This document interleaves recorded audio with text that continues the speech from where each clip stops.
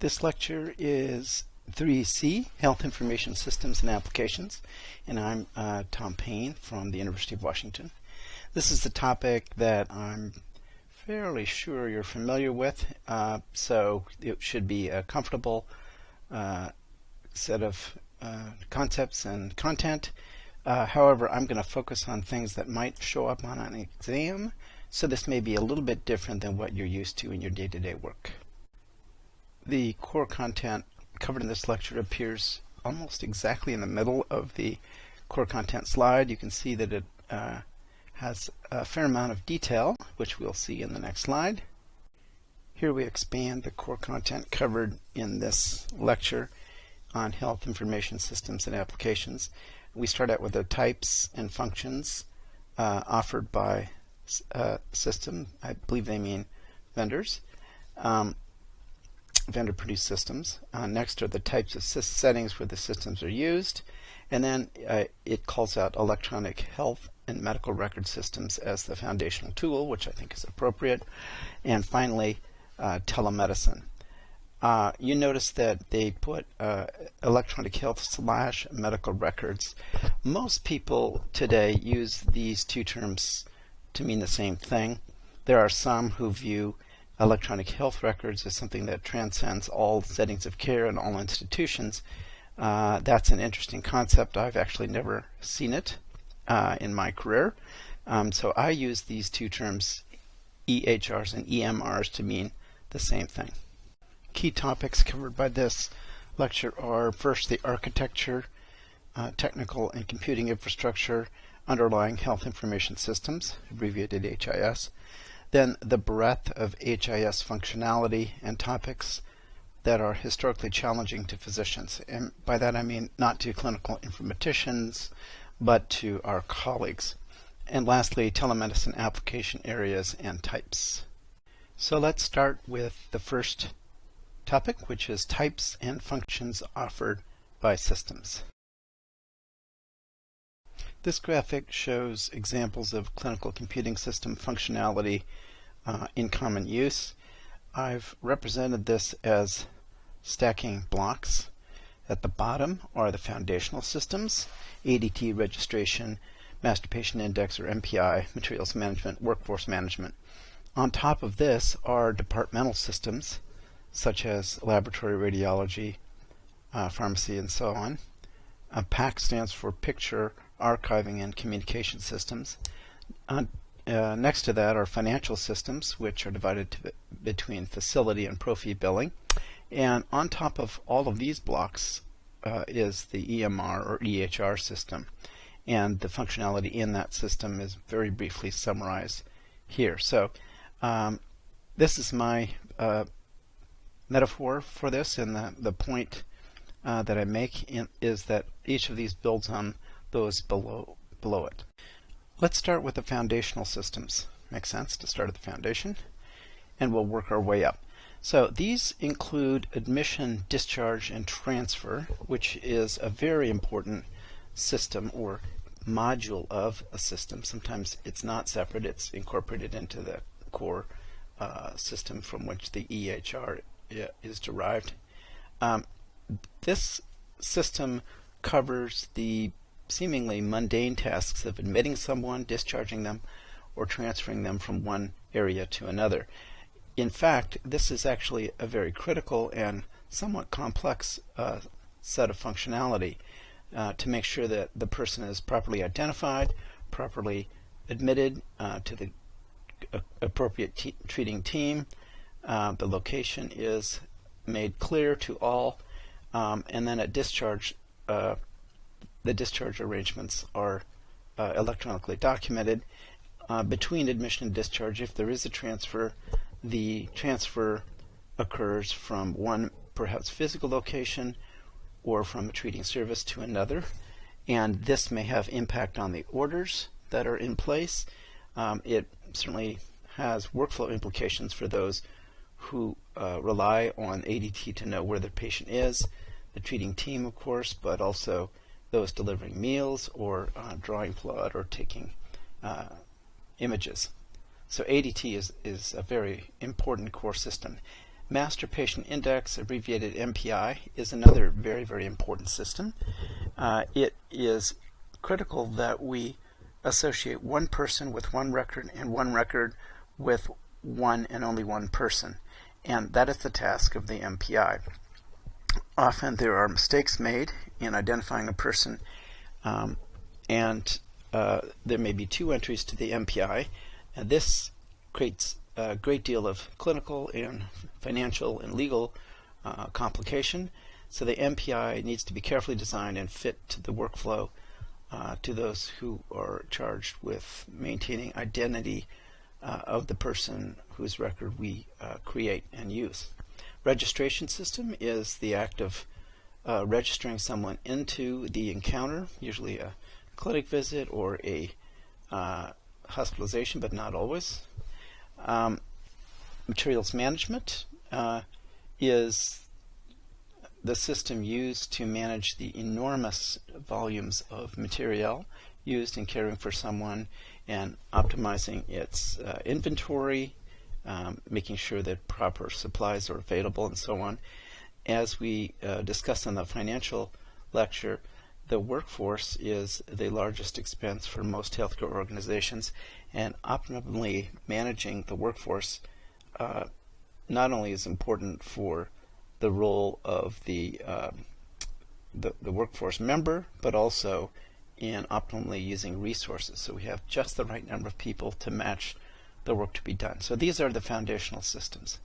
Departmental systems are those used by a subset of the organization, traditionally referred to as departments, such as those listed. Laboratory was one of the earlier adopters of clinical computing systems following the financial world.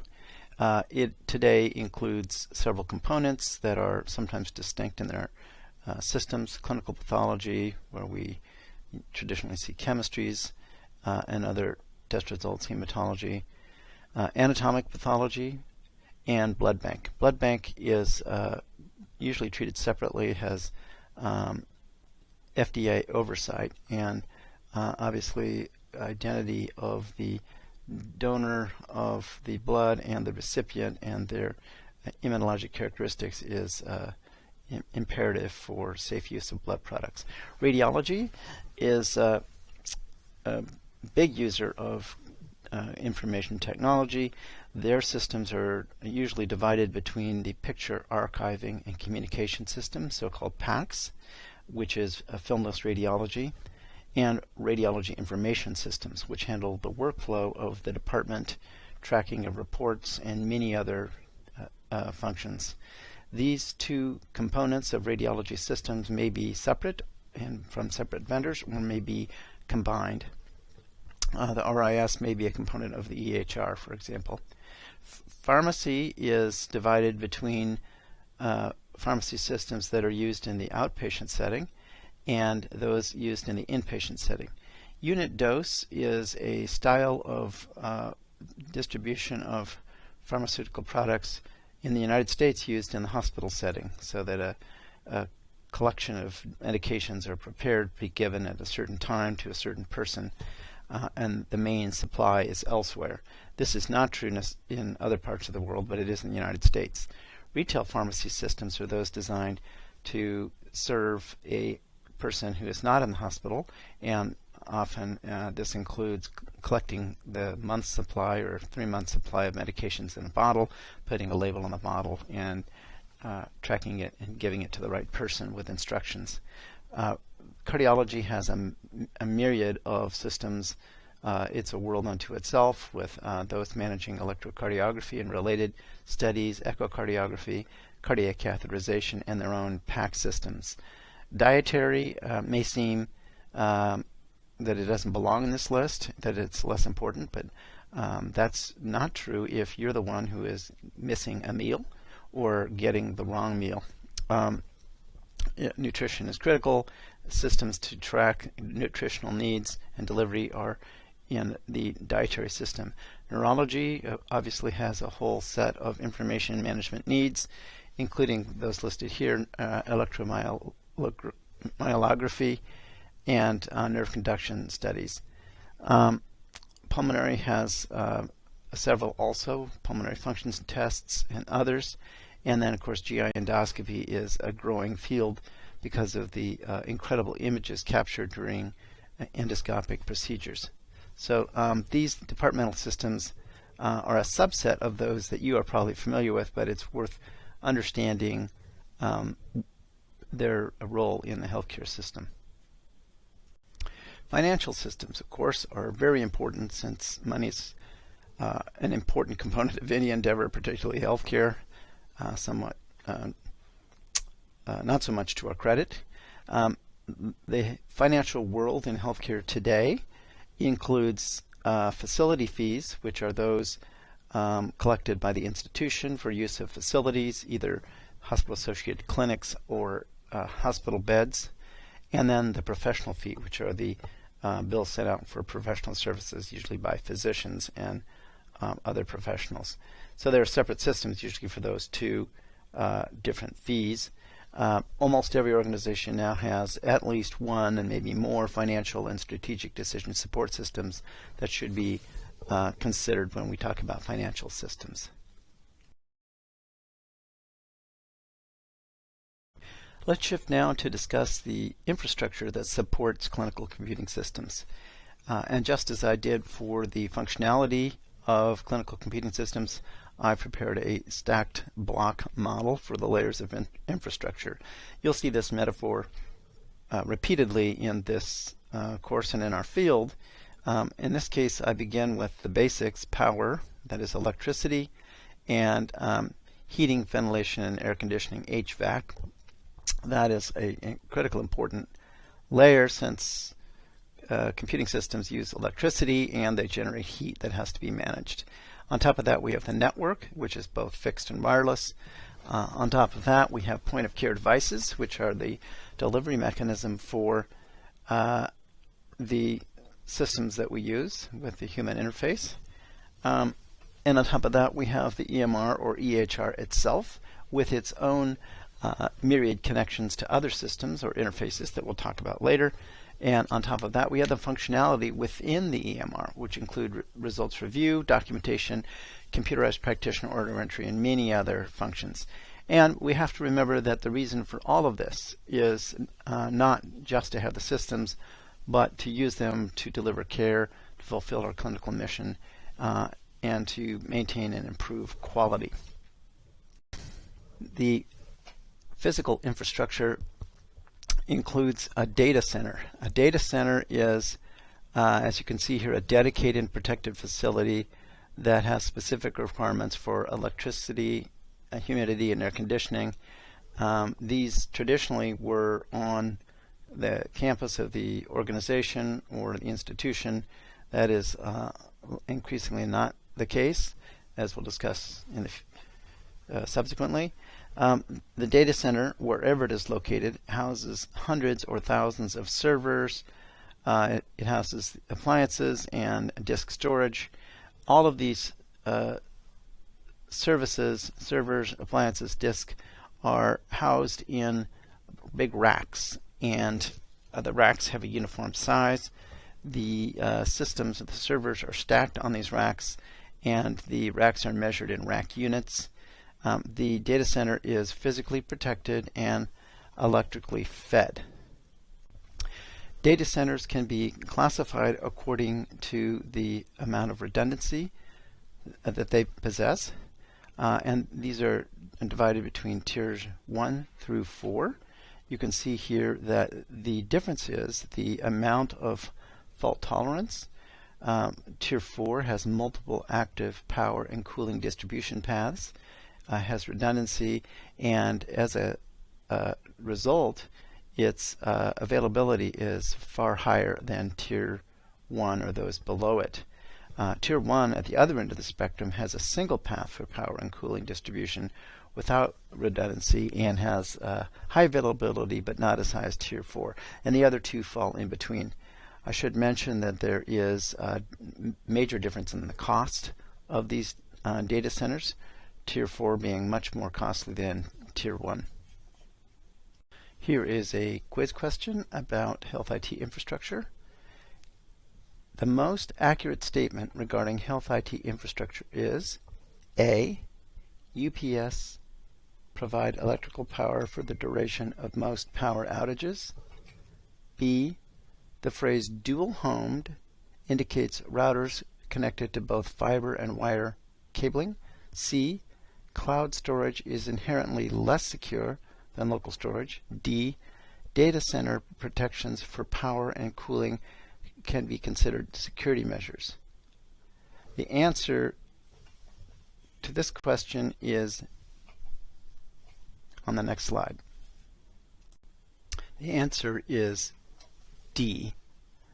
As we'll discuss, data center protections for power and cooling are security measures because security means not only that the data are protected, but that they're available to be used by authorized users when needed. And if there is loss of power or a cooling failure, then these systems will not be available. A is not correct. UPS only provide a very brief amount of electrical power and designed to cover between loss of external power and the availability of generator power. B, dual-homed, we'll define shortly. It does not mean connected to both fiber and wire. C, cloud storage may be as secure or more secure, but it could also be less secure than local storage. It isn't inherently one or the other. So the correct answer is D. Let's talk about some data center issues. First, uninterruptible power supply, or UPS. These are basically batteries, usually batteries, sometimes flywheels, but more often batteries, that are designed to provide about a 30-minute period of backup power and this lasts only until the power is restored from the external source, either through a generator or a resumption of external power.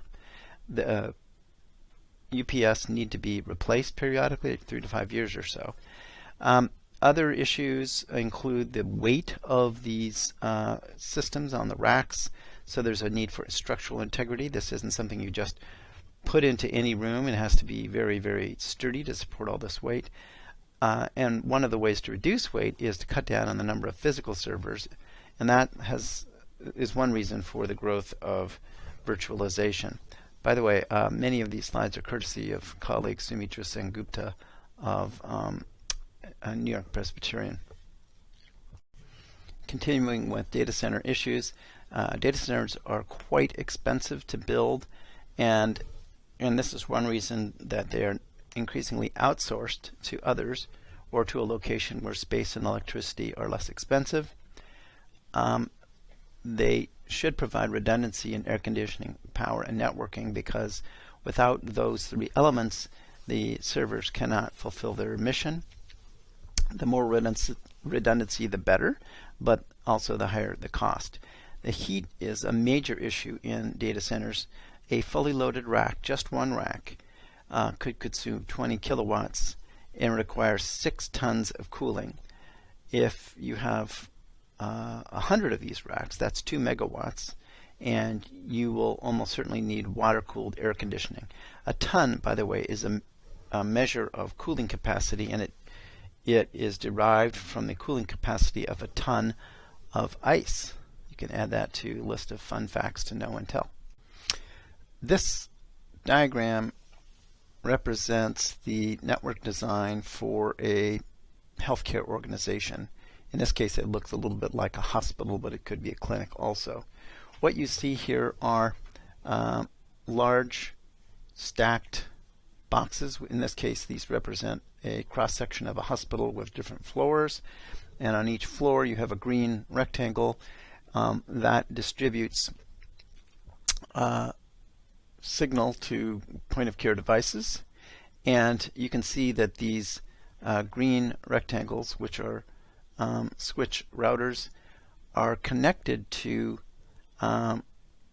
building switch routers, and you can see that there are 2 paths to each green rectangle represented in 2 different colors. So each of these switch routers that distributes signal, usually through category 5 unshielded twisted pair or UTP cable that you see running out of computers, each of these switch routers has two connections, and that's what we mean by dual homed. It means two network interfaces. So if there's a construction mishap interrupting one pathway down to the basement, that the other one is still servicing the switch router, and there's no interruption in service. These building switch routers are then connected to backbone or core switch routers. These are increasingly higher speeds when you go from green to red to bluish, and those are connected to the institutional network and to the internet.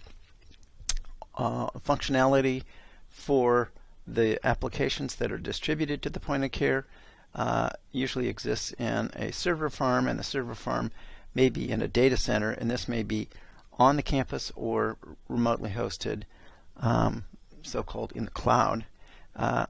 With the speed of light being what it is, it really doesn't matter how far away this server farm is, as long as there is a reliable connection to the point of care. There may be a wide area network for storage, and that changes as technology improves. So that may or may not be in the same physical location as the server farm. Here is a diagram that I would encourage you to spend a fair amount of time studying and learning from. This is the International Organization for Standardization Open Systems Interconnection Model. So this is usually abbreviated ISO-OSI. It's ISO instead of IOS because I believe it's the French expression for this organization is ISO instead of IOS. You can see that this model includes 7 layers: the physical, data link, network, transport, session, presentation, and application. Some of these layers pertain to the medium or the media layers, and those have to do with whether this is a copper wire or a fiber optic medium. And then on top of that, we have higher levels of abstraction for the process of transmitting information over a network. The highest level is level 7, the application layer, and this, by the way, is where the term HL7 comes from. It's health level 7, and that pertains to this application layer. So this is high-level APIs, including resource sharing, remote file access. One thing to make sure you're aware of is the different protocols that fall on different layers. And that's a favorite question for this exam. There are lots of places to see this ISO-OSI model. You'll see it repeatedly in this course. I mentioned a question earlier about TCP/IP, Transport Control Protocol / Internet Protocol, and that is found in both layers 3 and 4. So this is a critical concept for the design of networks. It's used internationally and shows up repeatedly in our field. Here is an example of a question based on the ISO-OSI model that I just introduced. In the ISO-OSI model, TCP/IP can be considered at what levels? A, 1 and 2, B, 2, C, 3 and 4, D, 4. And the answer is on the next slide. The answer is C. If you go back several slides, you'll see the model. And if you look at other places where you can find this model, and the web is full of them, you can see that TCP/IP is at levels 3 and 4. So again, this is a great source for exam questions, and I would encourage you to study this model and test yourself on your ability to recognize which services reside at which layer. Cabling is a very important part of the infrastructure because it delivers the signal from the source to the place where it is used, usually a workstation, but also another system. Cabling includes physical spots such as a data closet, which is a smaller space, typically in a floor, that houses networking equipment and cable ends. There are standards for these data closets. You probably see these in your facility. It usually says telecom or network or something on the door, and it's locked. It should be locked. The cable plant is the term for the topographical layout of physical cables connecting, as you can see, desktops to the equipment in the closets, and cables interconnecting closets in the data center. So again, there are standards for both data closets and for the cable plant. Here's another concept that I think it's worth understanding before taking the exam, and that is, in these closets and on these diagrams of the infrastructure for health institutions, you will see physical devices that are include those called routers, switches, and hubs. They vary in their functionality, and this diagram shows the levels of complexity. On the right, you see the now familiar OSI-ISO model, and you can see layers on the first column, 5, 6, 7, layer 4, layer 3, layer 2, layer 1. And to the right, you can see the application host-to-host internet network access levels, and then the protocols. And this is one place you'll find a reference to where these protocols are found in the OSI model. So again, layers 3 and 4, TCP, Transport Control Protocol, and below that, Internet Protocol, TCP/IP, is found in layers 3 and 4. Now, how does this relate to the router, switch, and repeater, and bridge, and these other pieces of hardware? These different devices vary in how much of this model, how many layers of this model they deal with. The most complex of these is the router, and you can see why. The router manages layers, their physical, data link, and network. The bridge is less complex. It handles only data link and physical, and repeater it handles only the physical layer. So this is why these devices vary in cost, and I have more information on helping you remember which is which and which is more complex than others. So to introduce this way to remember it, here's a question for you. Which of the following accurately describes increasing complexity of these network devices? A, bridges are simpler than hubs. B, routers are simpler than switches. C, bridges are more complex than switches. And D, routers are more complex than hubs. So you can look back at diagrams or do Google searches, but I have a simpler way for you to remember and derive the correct answer, which I will introduce in the next slide. The correct answer is D. This is one of those things that you just have to remember. And a way to remember it is the sequence in increasing complexities: hub, bridge, switch, router. And I remember this as HBSR. So HBS is like the bank you see all the ads for. HBSR. So increasing complexity: hub, bridge, switch, router. And so the correct answer is routers are more complex than hubs. And you can tell that from HBSR. It's the last one in that sequence, so it's the most complex. More on physical cabling issues. First, you should know that closets may not have adequate HVAC. This may make a difference in the summer. If these closets overheat, then the systems are designed to shut down when they become too hot. And if the closet is down, it may interrupt service. Cables are laid, but old ones are almost never taken out because it's very hard to know if they're needed or not, if there's something running through them still. And so weight becomes an issue. Fire codes must be followed, so you can't punch a hole between floors without considering the fire code. That might require there be blockage to passage of hot gases from one floor to the next.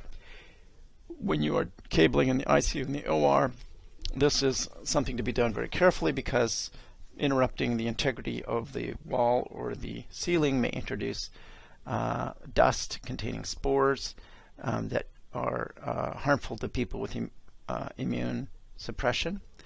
The cables can become outdated. They can't support the bandwidth that is now needed.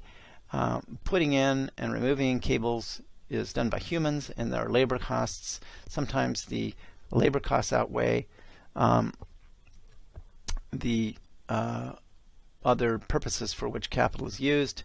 And remember also that these closets and cables can be the source of security problems. There was a tragedy, I believe in Boston, where someone gained access to a insecure closet and put in a USB drive to monitor network traffic, and that resulted in a breach. And when this was discovered, with very tragic circumstances. So the lesson here is that information passes through closets. They need to be physically secure. Let's shift to some terminology used when describing health information technology architecture. The first term is client-server. This is a somewhat archaic term and means that desktop clients handle user interaction and more powerful servers handle the data requests. So you divide the work between the client and the server, each performing an important role. Since the client may not require the capabilities of a server, but simply user interaction, I put simply in quotes since it should be very important, there was a movement to use very thin or less complex and less costly clients, so-called thin clients. And these clients were limited to running simple application software, and the bulk of the computing work was done on the back end in the server. Another somewhat archaic term that you may hear reference to is now less often used in the application service provider, ASP model, and that is a business that provides computer services over the internet. We now think of this more often as remote hosting or cloud computing. Health information system has several archetypal architectures that we should be familiar with. The division is usually between integrated systems and interfaced systems. Integrated systems are those in which patient data exist on the same database used by all clinical applications, whereas interface systems are those in which data are communicated between separate applications with different databases, usually by means of an interface using the HL7 protocol. And you remember that HL7 stands for Health Level 7. It's the 7th layer of the ISO OSI model. Interface systems are sometimes referred to as best of breed. These are the two extremes, but in reality, most organizations use a mixture of these two, although organizations may have more investment in one end of the spectrum or the other, more integrated or more interface systems. And I'll show you examples of this later. Here are diagrams showing these archetypal architectures. On the left, you have the interface system, and on the right, you have the integrated system. So you can see on the left, we have a laboratory system, a system A and a system B, all connected with arrows that refer to as network connections, and HL7 indicating that messages are sent using the HL7 standard, messaging standard, to communicate between all of these, each with their separate database. An integrated system is on the far right, and an example of this is the Veterans Integrated Service Technical Architecture VISTA, with CPRS as the top layer that most clinicians see. That's the electronic medical record that is currently used in the VA, although it is soon to be replaced by a commercial electronic health record. But in the existing system, and one that's been in place since the 70s, it was in the 90s that CPRS came into existence. You have a kernel at the core that has shared services and then an integrated database shown in the green with all of the application systems around in the yellow, and then on top of that the CPRS. So that's a good example of an integrated architecture. Interface engines. This is an important term to understand. It's referred to as a message broker or application level router. These are middleware applications used to route, clone, and to some degree transform and translate messages. An HL7 interface engine is specifically built to handle the HL7 protocol. So the rationale for these is that if you have 5 systems shown by the circles in both of these diagrams on the right, the number of lines connecting those circles, if you connected each one to the other, would be defined by the number n times n minus 1 over 2, where n is the number of circles. So if you have 5 different systems and you have a connection between each of those 5, that would be 5 times 5 minus 1 or 4, so 20 over 2, so you will have 10 arrows. On the other hand, if you have each system connected to a center hub, then you have 5 connections. And that means less complexity and easier creation of the interfaces and easier maintenance. And that's where the interface engine is. It's in the center. So these are simplified diagrams. Things aren't quite this simple, but it is a very helpful tool because it reduces the maintenance costs for creating new interfaces between systems. The other roles for interface engines are to play back messages when one of the systems becomes unavailable. So the message is sent out from, let's say, ADT to the lab, can be queued up, and if the lab system is down and the lab system comes back up, all those messages can be replayed to catch up to what was missing while the system was down. So interface engines are very commonly used. They're very useful, but they also are another point of possible failure in complexity of our systems.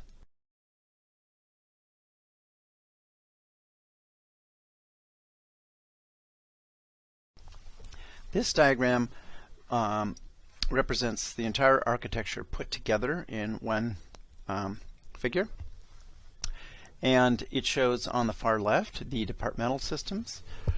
On the left, a little higher, you see the message routing, location, and identity systems, ADT and MPI, and then also the interface engines that route messages. In the middle, in these yellow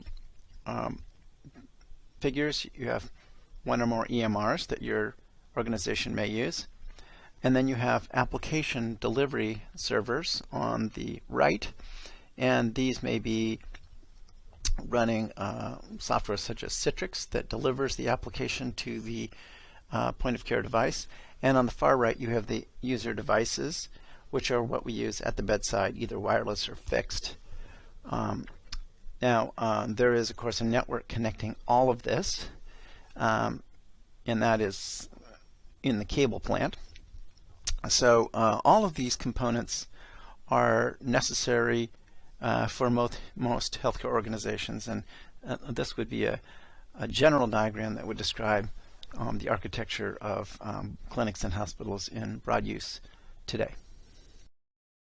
Each of the components shown on the previous diagram is a physical device and may fail. When devices fail, not if, there are implications for that loss of service. This diagram represents the components on that diagram and the problems that may occur for each of the components and the clinical consequence on the far right. So you can see, for example, that if the master patient index fails, which it may very well, then newly enrolled patients are not transmitted to departmental systems in the EMR, and there may be a risk for patient misidentification. So someone shows up, registers, goes to the lab for a blood test, and the lab isn't aware of their identity.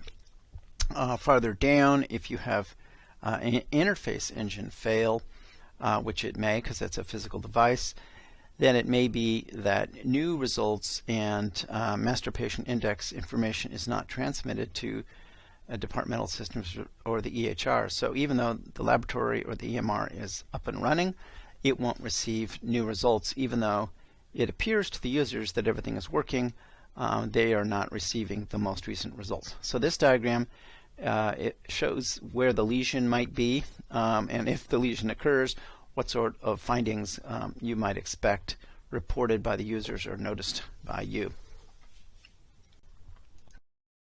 Here is a listing of methods that are often used to improve interoperability between health information technology systems. So we discussed interfaces. If you have a separate laboratory system and EMR, then there may be an interface to communicate data from the laboratory system to the EMR to save the user the effort of logging into the laboratory system to see the results.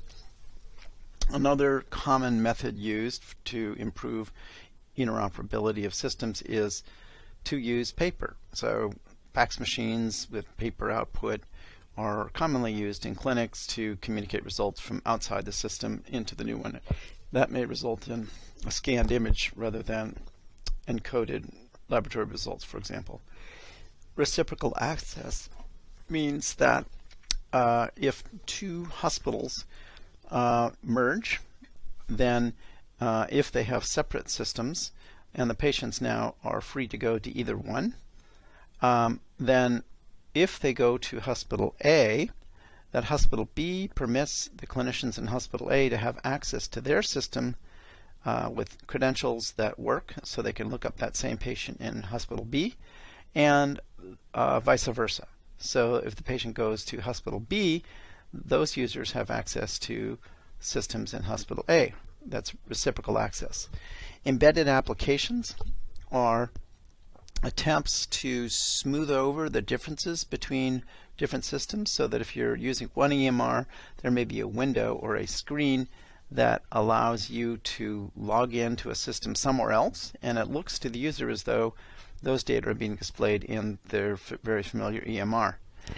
To make that work, there is often use of something called context sharing, for a while there was great interest in the clinical context object workgroup, CCOW standard, that allowed the context for the patient location in the lab to be shared between two different systems. So for example, if I'm looking in system A and I want to look up lab results for Mrs. Jones, in the one of the screens in system A is a window into system B, but the context, that is my credentials, the fact that I'm interested in Mrs. Jones and that I want to see Mrs. Jones' laboratory results, are all communicated to system B where those lab results exist.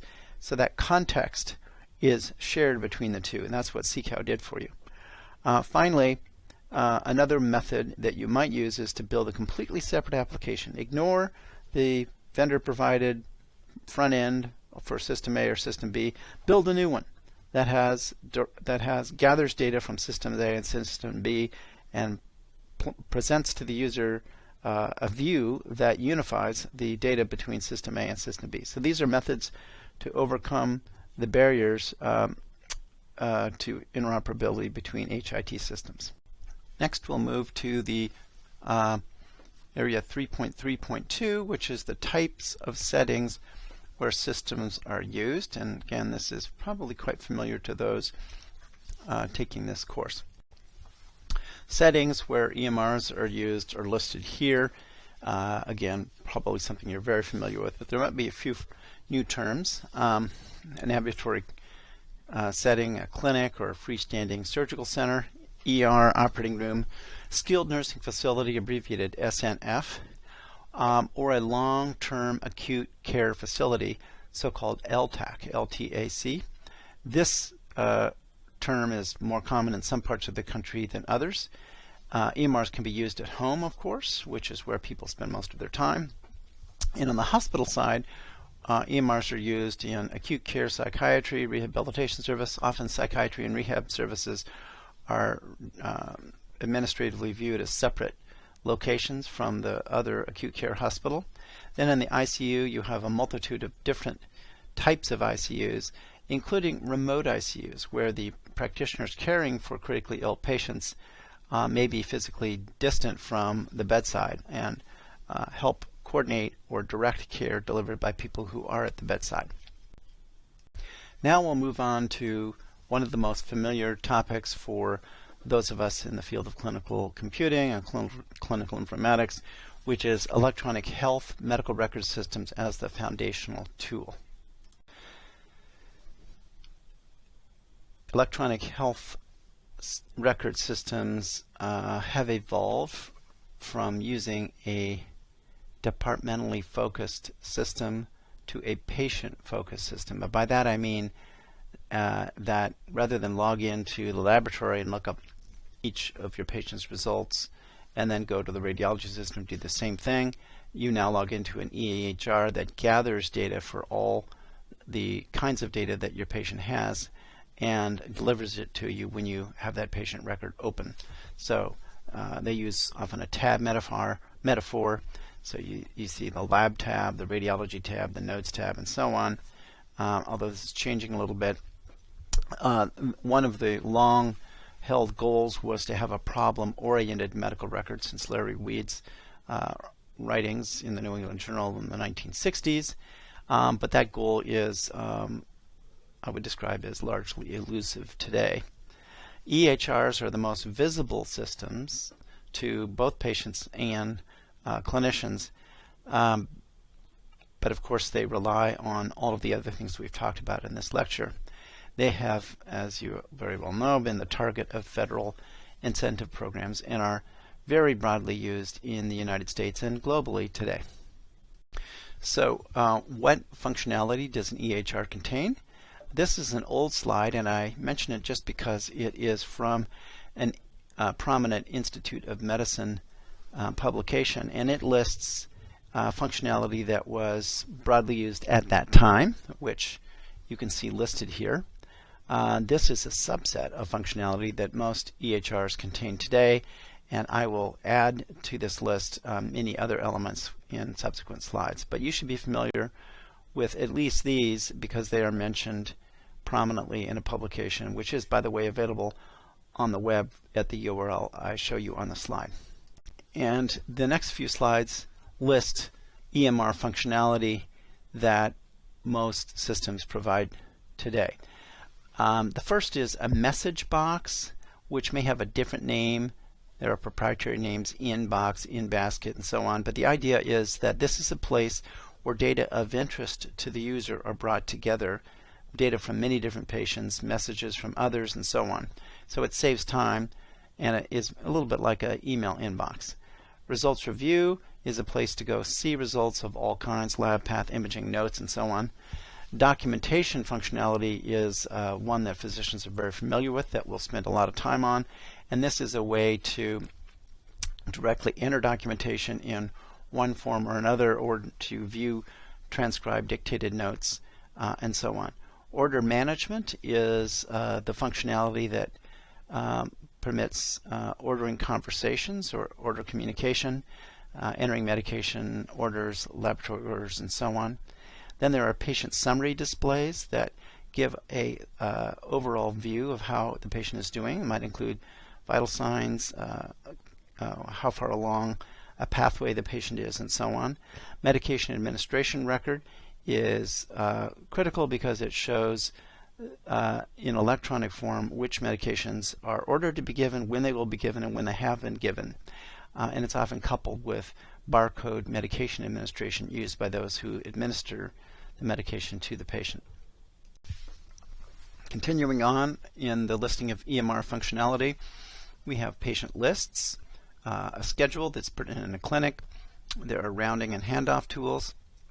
We have patient monitoring review, which is maybe a big board that allows us to keep an eye on vital signs, EKG, pressures from invasive monitoring, and so on. There are quality metrics and dashboards. Billing, of course, is a critical part of our world, and the EMR may assist with tools to generate a professional fee or a facility fee bill. There are patient support tools that are growing enormously. There are lots of administrative functions that EMRs provide. Electronic communication is broadly supported both within the care team and increasingly with patients themselves, and that is a larger deal than ever. And finally, on the third slide of the list of EMR functionality, and this is not a complete list, but fairly complete, tools for population health management and assessment, external resources such as external references, websites that are commonly used for immunization schedules and so on. And rather than listing this as a separate functionality, I would view that compliance and decision support fit in each of these areas above, rather than having a separate compliance tab or a separate decision support tab. You get decision support as you create notes, as you write orders, and as you view patient summaries and so on. So this is what I regard to be a good summary of current EMR functionality. Now here's a quiz, and it has to do with the EMR adoption model developed by the Healthcare Information and Management Systems Society, which is HIMSS. This is a proprietary model, but commonly referred to, and so it may show up on the test. And here are 4 questions about this model. First, the HIMSS EMR adoption model lists population health and level 7. B, this model is directly incorporated into meaningful use. C, lists 7 stages of EMR adoption. D, does not describe steps in adoption for many hospitals. And the answer is on the next slide. The answer is that the Health Information Management Systems Society EMR adoption model does not describe steps in adoption for many hospitals. That's D. That's the correct answer. A is not correct because it does not list population health in stage 7. B is not correct because it is not incorporated into meaningful use. C, it's actually 8 levels. It starts with 0, so there's 8 levels or stages. And D, again, is correct. And here is the Healthcare Information and Management Systems Society EMR adoption model. I mention it because it's commonly referred to. I'm not endorsing it. It is copyrighted, but since it appears so commonly, it's possible that it could be referred to on the exam. It shows on the left stages 0 through 7, and in the middle column, cumulative capabilities. So you start with stage 0, all 3 ancillaries not installed, and they're referred to as lab, radiology, and pharmacy. And then they move up to stage 7, which is the complete EMR, and so on. And they show here in a somewhat dated slide how far along this model many healthcare organizations fall. This is one way to look at the elephant. Many organizations begin with one portion of the functionality or another that is out of this sequence, and so this shouldn't be regarded as a plan or recipe. You have your own priorities, and you may adopt things at a different sequence or choose not to adopt all of these. Anyway, this is the HIMSS EMR adoption model. So now we'll move to EMR, EHR functionality that is traditionally more difficult for physicians in particular. Top of that list would be documentation. There's a lot written on this. There's a classic article by Trent Rosenblum published in 2007 that describes 4 factors that influence satisfaction with electronic documentation tools. And the first is time efficiency. The second is availability and accessibility, how easy it is to get to. Third is expressivity. Can you really say what you want to say? And the last is quality. When you're done, what do you think of the quality of the documentation that you've created? So this paper is a very influential one, and probably you should be familiar with these factors. The issues to confront in electronic physician documentation are described in several papers. First is time, which is critical for everyone, and is true in the beginning of this field and is true today. Time spent writing notes has been estimated to be between 4 to 14 minutes per note, according to a paper published in 2012. Another issue is that when we're done creating a note, it may be harder to understand. Copy and pasting shows up in the literature probably so often that you're tired of hearing about it, but you're aware that it's a problem. Coming back to time spent writing notes, I repeated it because of its importance. Then other issues include note loss, placing the note in the wrong chart, incorrect titles of notes or notes placed in the wrong encounter, and finally, building and compliance are very big issues when we're creating electronic documentation systems. Here is what I would describe now as an old study in the early days on copying and pasting in an EMR, but probably one of the best. And since it is old, it may be fair game for question writing. This is by Hammond, and what it did was to describe severity of the impact of copying and pasting on a scale. And the scale is from 1 to 6. The first element on the scale is that it's an artifact. The copying and pasting is an artifact. It's not misleading. There's no risk. So an example of this would be copying a template that says subjective objective assessment plan from one note to the next, and then you fill in the elements. The headings are appropriate to copy and paste. On the other end of the spectrum, you have copying and pasting that is clinically misleading and may lead to major risk. So if you copy the fact that you gave a medication to a patient because of a seizure, and that shows up 5 successive days when it wasn't the case, then that is a major risk, because people may not understand that this happened day 1, not day 5. The Hammond study summarized shows the following conclusions: that 1 in 10 electronic charts contained an instance of high-risk copying. So this was not rare. This occurred in about 10% of charts. And the authors said that clear policies, practitioner conscious raising, and development of effective monitoring procedures are recommended to protect the value of electronic patient records. I wonder whether your organization is effectively monitoring this. Many are not. This was written again 2003, and I think the conclusions are accurate. It's just that we're having a difficult time following these recommendations. This diagram shows several axes to describe clinical documentation tools. The x-axis shows the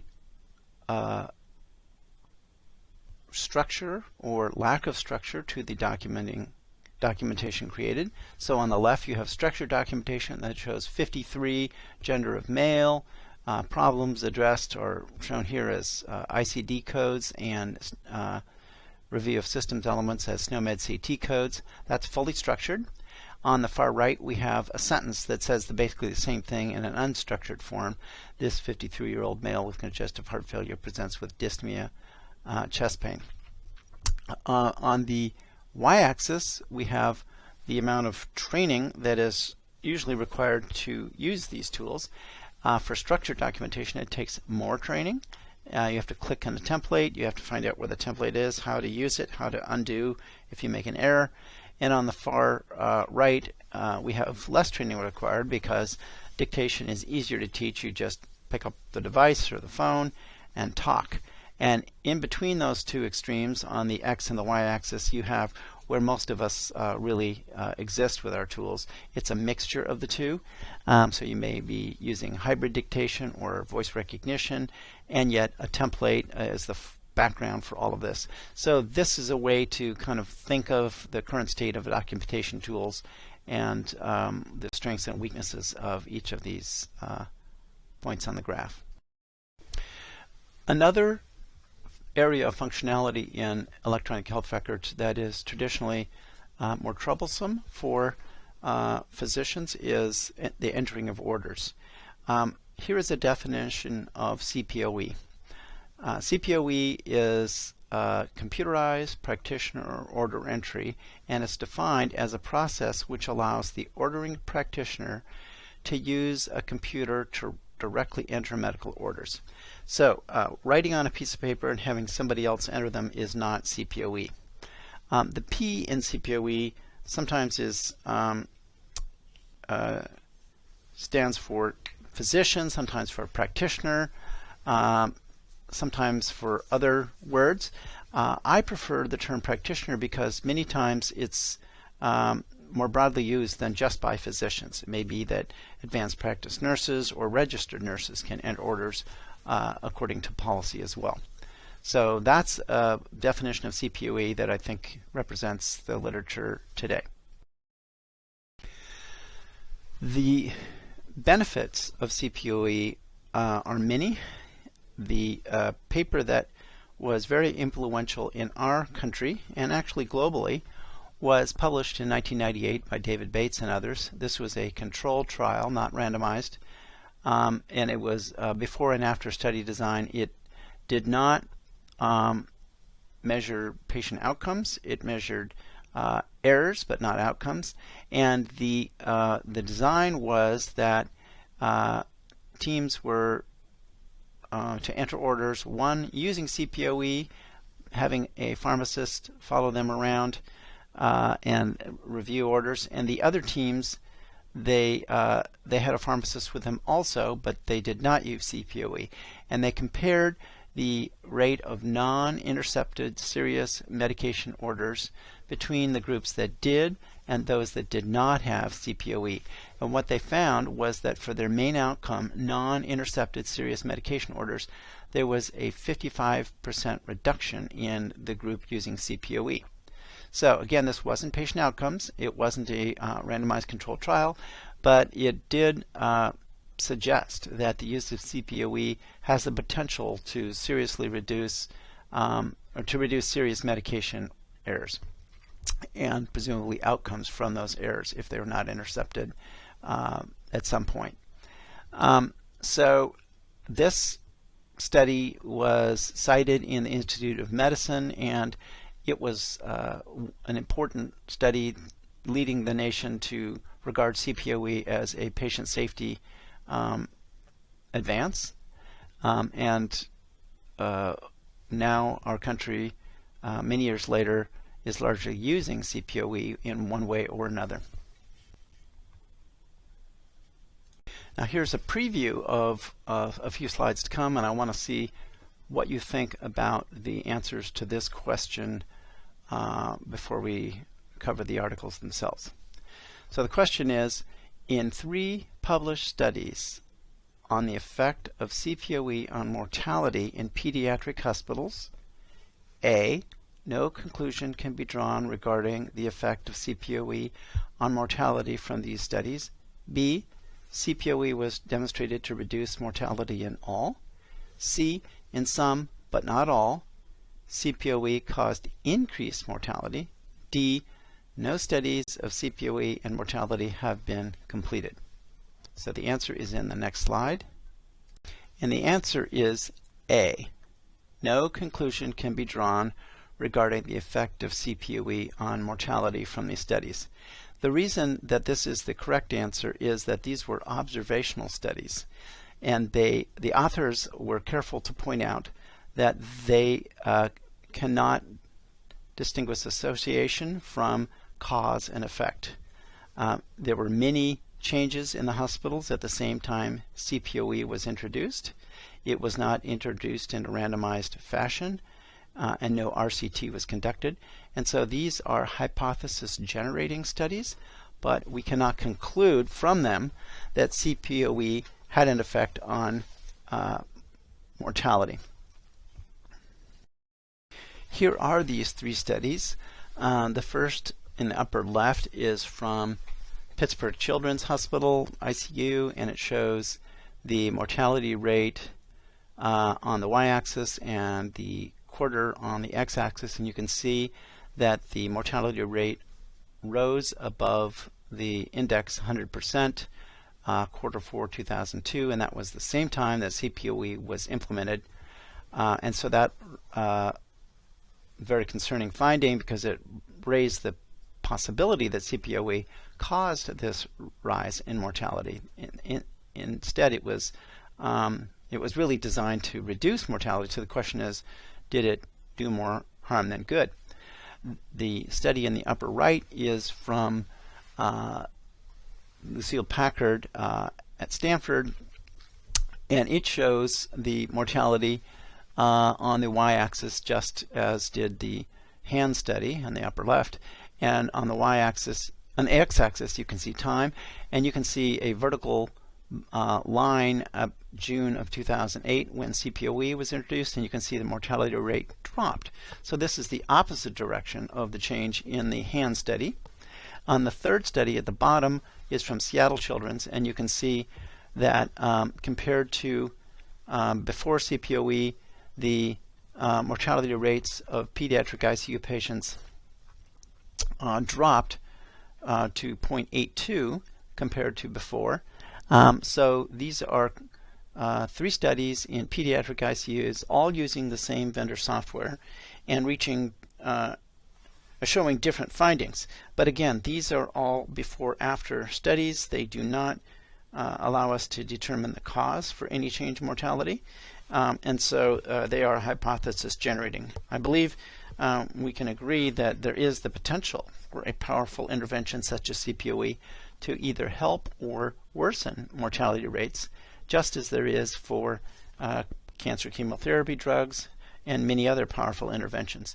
But even though these draw our attention to that potential, they do not prove that in which direction the benefit or harm exists. Here is a pyramid that shows how CPOE systems are developed. At the bottom of the pyramid is an order dialog, and this is a screen that allows fields to be completed with the elements of an order, and on the right you can see an order dialog from the CPRS system, and the order dialog includes questions such as the imaging type, the imaging procedure, whether there are qualifiers to this or modifiers, the history for the and the reason for the exam, the requested date, the urgency, whether it is portable or not, inpatient or outpatient, to which facility, and so on. So all of these are basically questions to be answered when sending in an order. Now, since many times the answers are the same, sometimes the pre-completed or pre-configured order is prepared on a screen for selection, which means that you build from the order dialog to make a pre-configured order where most of the questions are already completed, and the ordering clinician needs only to change those fields that are not the same as in the pre-configured order. If you put all of those pre-configured orders together, you can have a collection of them referred to as an order set, which is very useful for admitting a patient or transferring a patient, for example, or taking someone to the OR or in the recovery room. And a protocol or something similar to that is a collection of order sets that might pertain to day 1, day 2, day 3 pre and post procedure, for example. So these are the abstractions of orders that exist within most CPOE systems in EHRs today. Order sets are very commonly used, and so one study that describes why this is the case is actually from yours truly, a long time ago. And the rationale for order sets includes the reduction in time required to enter orders. So if you have to find that order for a chest x-ray, find the order for a CBC, and put them all together, every time you admit somebody, it can take you more time than if they're all gathered together for you to slightly modify and then send as a group. The order set can reduce errors and increase accuracy, since there's less chance you'll make a mistake in entering information. It can increase the completeness of orders. You won't forget to put in a order for vital sign frequency, for example. There may be built-in decision support, meaning that if an order set is prepared for a certain clinical setting or scenario, that your local or national experts may believe certain practices are better than others, and those may be included in the order set so that you can be guided to do the right thing. And finally, if we all use order sets together, we can reduce variability and increase our compliance with what we believe to be best practices. That best practice may change, but at least we're all using the most currently available best practices. And I want to thank Matt Eisenberg for putting this all together in a nice slide. CPOE affects our workflow in both beneficial and detrimental ways. This is a paper from Yazkani in 2009 that summarizes these effects. The beneficial effects are to reduce order turnaround time, that we can enter orders remotely. The amount of time it takes for antibiotics to reach a patient when CPOE is used is reduced. Orders are more legible. There's a reduction in verbal orders. The identity of the ordering practitioner is known, and we can route results of the order, if it's for order that does have a result, to the user's inbox. The detrimental effects on workflow include that it takes time to enter orders, maybe more time than writing on paper. There's the potential to reduce in-person communication. Usability of these systems is sometimes found wanting. We are often shifting responsibilities for what may be regarded as administrative work, and there is the risk that those entering orders to be performed urgently or stat orders may not communicate that urgency effectively, and so the orders could be delayed. And in the old days, you would find someone and tell them, this is a stat order. With CPOE, you may not feel you need to do that when in fact you do. There is a great deal written on unintended consequences of CPOE.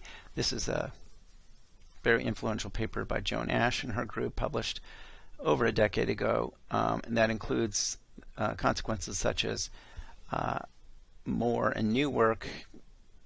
Sometimes people regard this work to be not allowing them to practice at their license. Workflow, you can't easily do this while you have gloves on, for example. There's lots of demands to put in orders that previously didn't require an order to be written. Paper sticks around, and so we have to be prepared for that. Communication issues, I've talked about the importance of communicating urgent orders or sharing a plan, and electronic CPOE may lead people to feel they don't need to communicate when in fact they do. People get frustrated. Not everyone is good at putting in computers.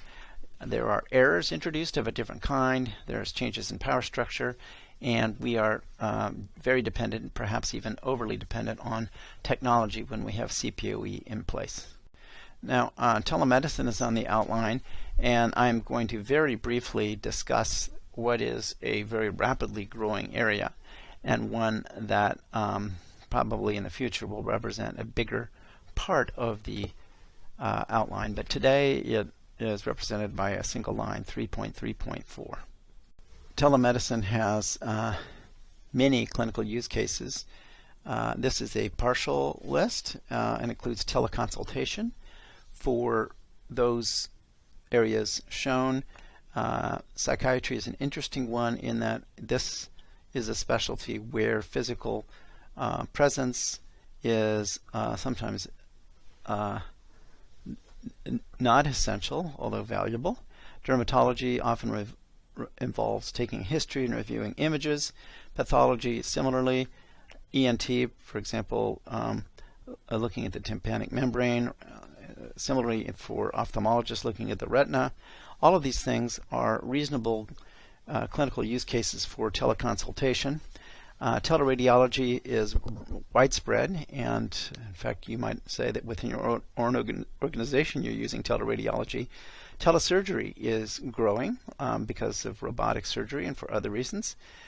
Remote retinal imaging, remote monitoring, remote ICU, and remote procedures. All of these are new clinical use cases, and I guess I would add to this the fact that many people prefer to interact with their healthcare system remotely through their own smartphone.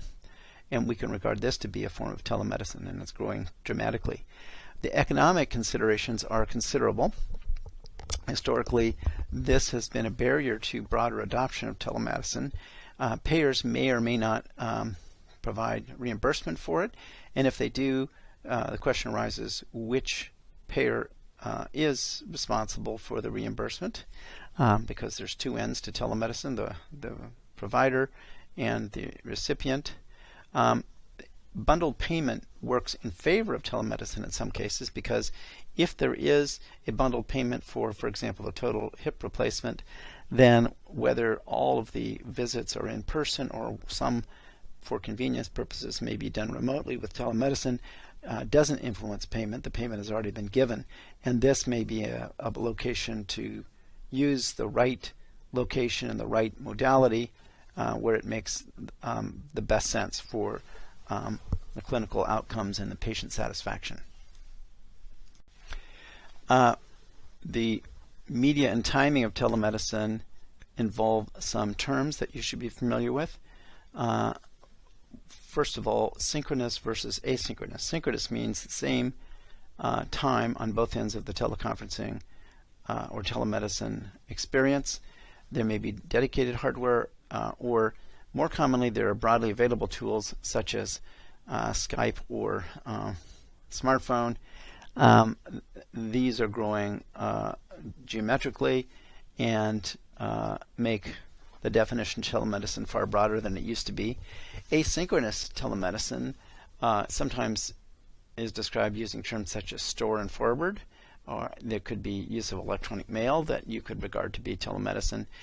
This means that the two ends of the telemedicine encounter do not have to be present using the devices at the same time. So you can acquire an image, send it to a colleague, they can look at the image and give you an answer when it makes the best sense in their own workflow. And there are lots of other ways that telemedicine can be used. This is a very brief summary of a very complex and growing field. Here are some additional suggested readings if you would like to pursue these topics in more detail. Again, the purpose of this course is to review. We assume that you've had exposure to these concepts, and if there are some areas where you feel that your exposure is weaker than in others, these readings may help you. There's a chapter by David Chu and Sumitra Sengupta in our book called Practical Guide to Clinical Computing, where we go through the infrastructure topics in more detail. The article I mentioned by David Bates is in JAMA with the reference shown here. We also, in the references, include lots of other readings that pertain to this topic of health information systems and applications. And thank you for your attention. This ends this lecture.